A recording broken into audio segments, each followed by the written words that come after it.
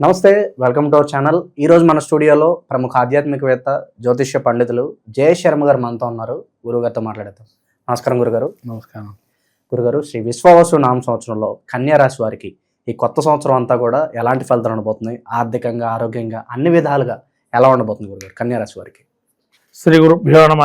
శ్రీ మహాగణాధిపతే నమ. శ్రీ మహాసరస్వత్యై నమ. హరి ఓం. శ్రీమాత్రే నమ. కామాక్షీదేవ్యే నమ. శ్రీ విశ్వవసునామ సంవత్సర ఉగాది పురస్కరించి కన్యారాశి ఫలితాలు చెప్పుకుంటున్నాము. కన్యారాశి యొక్క నక్షత్రాదులు ఉత్తరా నక్షత్రం 2, 3, 4 పాదాలు, అట్లాగే హస్త నక్షత్రం 4 పాదాలు, చిత్తా నక్షత్రం 1, 2 పాదాలు కన్యారాశి. ఈ కన్యారాశి యొక్క ఆదాయ వ్యయాలు చూద్దాం. కన్యారాశి యొక్క ఆదాయం 14, వ్యయం 2, రాజ్యపూజ్యం 6, అవమానం 6. ఈ రకమైనటువంటి గ్రహస్థితి యొక్క ఆదాయ వ్యయాలు చూసాం. ఇక్కడ ఆదాయం 14 ఉంది, వ్యయం 2. అంటే అత్యధికంగా సంపాదన ఉన్నా కానీ వీళ్ళు సంపాదించినటువంటి దానిలో చాలా స్వల్పంగా 20% ఖర్చు పెడుతున్నారు. రాజ్యపూజ్యం 6, అవమానం 6. తిట్టేవాళ్ళు ఎంతమంది ఉన్నారో పొగిడేవాళ్ళు అంతమంది ఉన్నారు, సమానంగా ఉన్నారు. అయితే గ్రహస్థితి చూసినట్టయితే వీళ్ళకి ప్రస్తుతం ఉగాది సమయంలో జన్మంలో కేతువు, తదుపరి ద్వితీయంలోకి వస్తారు కేతువు. తర్వాత రాహు కూడా వీళ్ళకి ప్రస్తుతకాలం జూన్ వరకు కూడా రాహుకేతువులు కన్యారాశి వారికి జన్మ సప్తమ స్థానాల్లో ఉండేటువంటి రాహుకేతువులు షష్టమ వ్యయస్థానాలకు వెళ్తారు.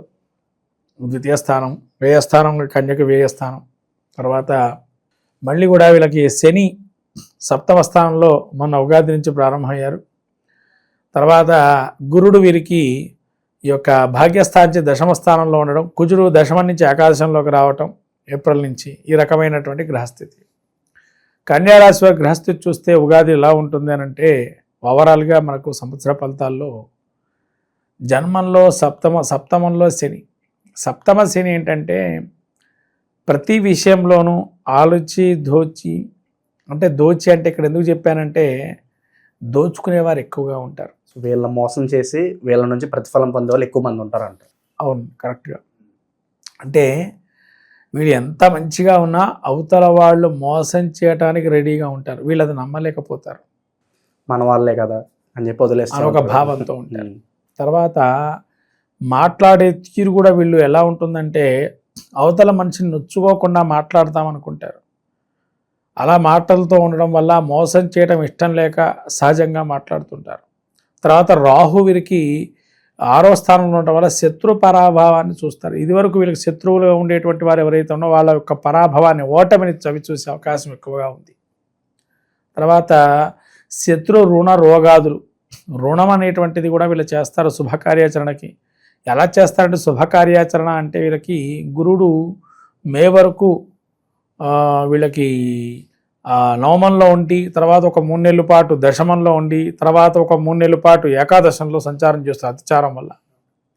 కాబట్టి ఈ అతిచారం ఎప్పుడైతే గురువుకి జరుగుతుందో ఆ సమయంలో వీళ్ళకు నూతనమైనటువంటి వ్యాపారాలు కానీ నూతనమైన ఆలోచనతో ఒక రోడ్ మ్యాప్ సృష్టించుకొని ముందరకు వెళ్తూ ఉంటారు. ఈలోగా దానికి సంబంధించిన వ్యవహారాలను చక్కబెట్టుకుంటారు జూన్ లోపల. సో దానికి కావాల్సిన ధనం కూడా టైంకి కుదురుతుందంటారు. వీళ్ళకి ఆదాయం కూడా వనరులు బాగున్నాయి కాబట్టి వ్యయించడం అంటే వీళ్ళు కూడా ఏంటంటే సాహసంగా ఒక నిర్ణయం తీసుకుంటారు, కానీ పదికంగా ఇంకో 2-3 అడిగి ప్రయత్నం చేస్తారు. ఒకటేసారి డబ్బులు ఉన్నాయని ప్రయత్నంగా పెట్టేసారు. కాబట్టి ఆలోచన చేసి దానికి ఎంత వాళ్ళు అంతే పెడతారు, కానీ ఎక్కువగా పెట్టేస్తే లాభాలు ఎక్కువ వస్తాయని కూడా ఆర్జించారు. అంత లాభం మనకు అవసరం లేదు, మనకు కొద్దిగా వచ్చినా చాలనుకునే లక్ష్యం. సో వెల్ ప్లాన్డ్గా వెళ్తారంటారు. అవును. తర్వాత వీరికి ఇంకొకటి ఏంటంటే జన్మల నుంచి కేతువు 12లోకి వస్తున్నాడు. కాస్త జ్ఞానము, వైరాగ్యము, భక్తి భావన, యజ్ఞాది కృతువులు చేయటం, లేదా స్థాన మార్పులు కూడా ఉన్నాయి. చేసి వృత్తి, ఉద్యోగ, వ్యాపారాదుల్లో ట్రాన్స్ఫర్లు కావచ్చు, లేదా ఉద్యోగంలో మార్పులు రావచ్చు. ఇక్కడి నుంచి వేరే వృత్తిలోకి మారచ్చు, ఆ స్థలం నుంచి ఇంకో స్థలానికి ఉద్యోగాన్ని చేరచ్చు.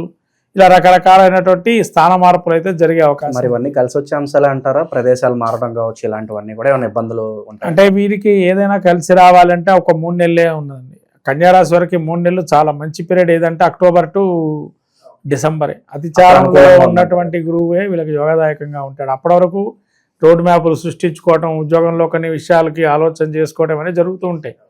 కానీ ఆ సమయంలో వీళ్ళకి ఆ ఫలాలు అనేది ఆ 3 నెలలే ఉంటుంది, తర్వాత అన్ని నార్మల్ పరిస్థితికే వస్తుంది. సో ఆ 3 నెలల్లో విపరీతంగా కలిసి వస్తుంది అంటారు కలిసి వస్తుంది. అన్ని విషయాల్లో. ఓవరాల్ ఉగాది ఫలితాలు మనం చూసుకున్నట్టయితే ఇక పూర్తిగా చెప్పాలనుకుంటే ఓవరాల్గా కొన్ని విషయాల్లో వీళ్ళు ఎక్స్పెక్టేషన్స్ ఎక్కువగా ఉండటం. ఎక్స్పెక్టేషన్ పెట్టుకోవద్దు ఫస్ట్, ఎందుకంటే సప్తమంలో శని ఉన్నాడు. ఎక్స్పెక్టేషన్స్ ఎక్కువ పెట్టుకోకుండా మనకి ఎంత కావాలో అంత వచ్చేట్టుగా చూసుకోండి. ఏదో 100 పెట్టేసి 200 రావాలి, 200 పెట్టాం 400 డబ్బులు కావాలి అని ఆలోచన పెట్టుకోవద్దు. 100 పెట్టాం 80 వస్తే చాలు అనుకోండి, పోతే 20 పోయింది. అలా ఆలోచన చేయటం వల్ల మీకు స్థిరమైనటువంటి ఆలోచనలు, అనారోగ్యాలు పాలు కాకుండా ఉంటారు. అయితే అనారోగ్యం రావటం, ఎప్పటి నుంచో వ్యాధి, ఎప్పుడో ఉన్న వ్యాధి మళ్ళీ తోడగా తిరిగి రావటం లాంటివి జరిగే అవకాశం ఉంటాయి. కాబట్టి అటువంటి నరాల బలహీనత మాత్రం ఉంటుంది, జాగ్రత్తగా చూసుకోండి. నరాలు ప్రతిదానికి ఎక్కువ స్ట్రెస్ ఫీలింగ్ కావద్దు. నరాల బలహీనత బాగుంటుంది వీళ్ళకి. ఈ నరాల బలహీనత చెందకుండా ఉండాలి అనుకుంటే కనుక మనకు కండ చక్కెరతో వెంకటేశ్వర స్వామికి నైవేద్యం పెట్టి ఆ కండ చక్కెరను నైవేద్యంగా తినటం, లేదా ఇష్టదేవత ఆరాధన చేసినప్పుడు కండ చక్కెర నైవేద్యంగా పెట్టడం లాంటివి చేస్తే కనుక కన్యా రాశికి మంచిది. నరాల బలహీనత శని వల్ల జరుగుతుంది. పాదాలకు సంబంధించిన చాలా జాగ్రత్తగా ఉండాలా, పాదాలకు సంబంధించిన ఇబ్బందులు ఉంటాయి. తర్వాత వీళ్ళకి ఇంకో విషయం ఏంటంటే ఈ కుజుడు కూడా రాబోయే కాలంలో కొన్ని ఇబ్బందికరంగా ఉంది. అంటే ఈ 12లో కుజుడు వచ్చినప్పుడు జాగ్రత్తగా ఉండాలి వీళ్ళు.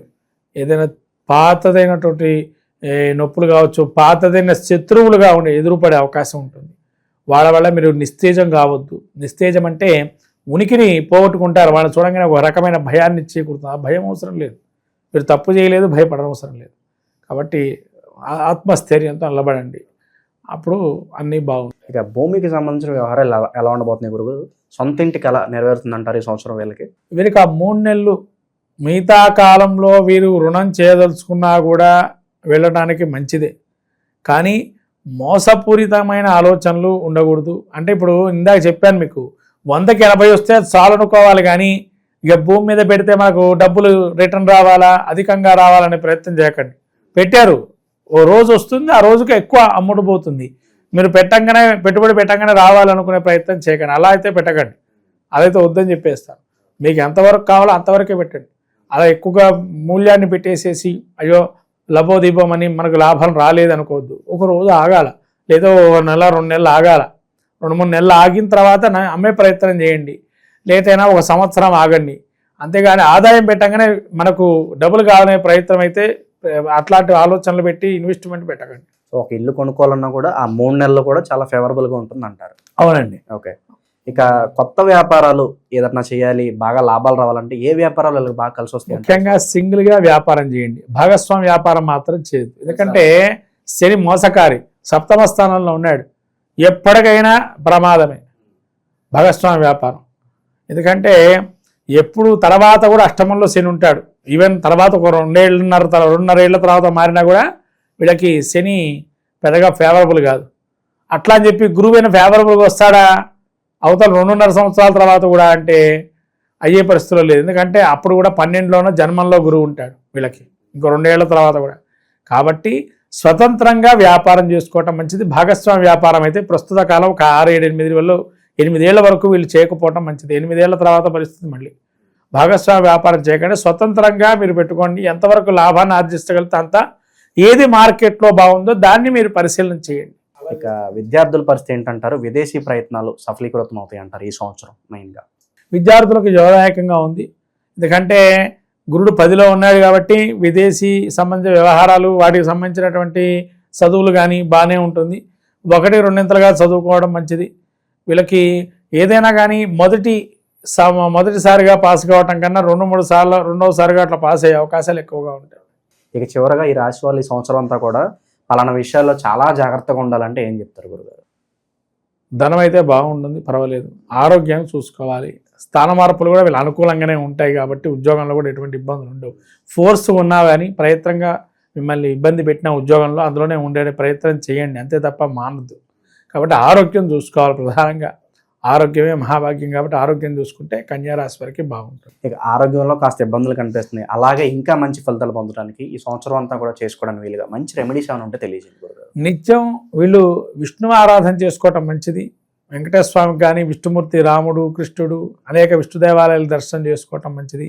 విష్ణు సహస్రనామం వినటం మంచిది. అలా చేయటం వల్ల శని యొక్క అనుగ్రహం కలుగుతుంది. తర్వాత వీళ్ళు ఏదైనా పుణ్యక్షేత్ర దర్శనం చేసుకోవటం తద్వారా కూడా వీళ్ళకి మంచి జరిగే అవకాశం ఉంటుంది. విశేషంగా దానాలు గట్రా చేసుకుంటే బాగుంటుందంట. ఎక్కువ శని సంబంధించిన దానాలు ధర్మాలు, శనికి సంబంధించి సేవకా వృత్తిలో ఉండే వాళ్ళకి ఎక్కువ సేవ చేయటం కానీ, వాళ్ళకి ఏదైనా దానం, సేవకా వృత్తి అంటే మీ ఇంట్లో పనిచేసేవాళ్ళు కావచ్చు, లేదా మీ ఉద్యోగంలో పనిచేసేటువంటి వారికి ఏదైనా మీకు తోచింది ధన సహాయం కానీ, వస్త్ర సహాయం కానీ ఏదైనా చేస్తే కూడా మంచి శుభకార్యాలకు కానీ. చాలా బాగుంది. నమస్కారం.